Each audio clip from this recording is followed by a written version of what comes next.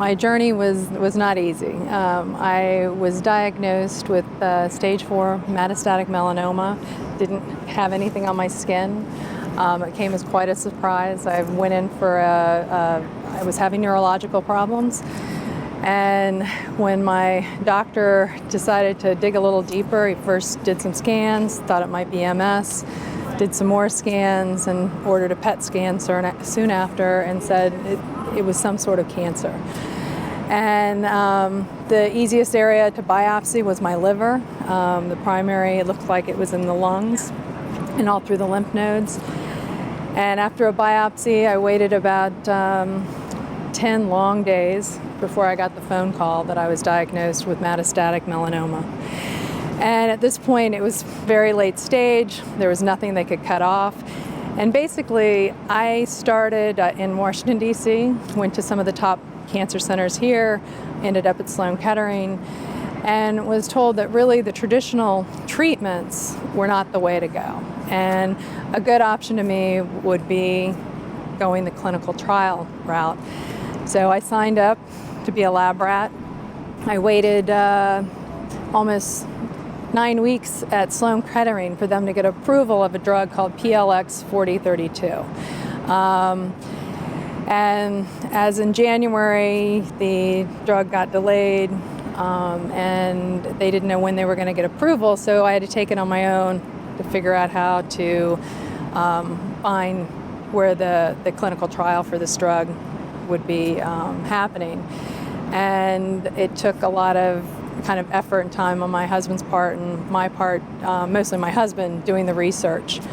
We found that this little company Plexicon had started working with Roche, and the drug had gotten approved for a small arm study at UCLA for 20 patients.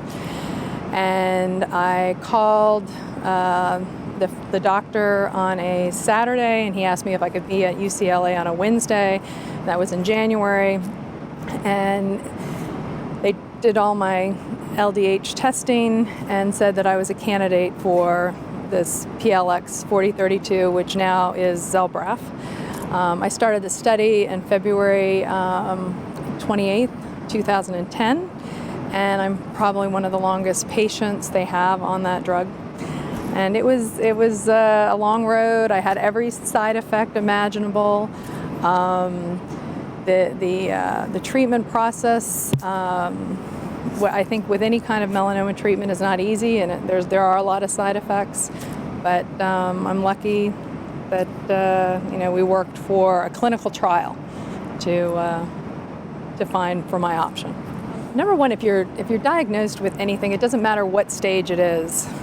Make sure you walk in and you have a, quote, concierge or somebody that's going to be your advocate with you, because it's hard. There's so much information flowing, and you want to collect your all the resources you can and know everything they're talking about. One is, with our phones now, we have recorders. Record the doctor. If you're not sure, play it back. Take some notes.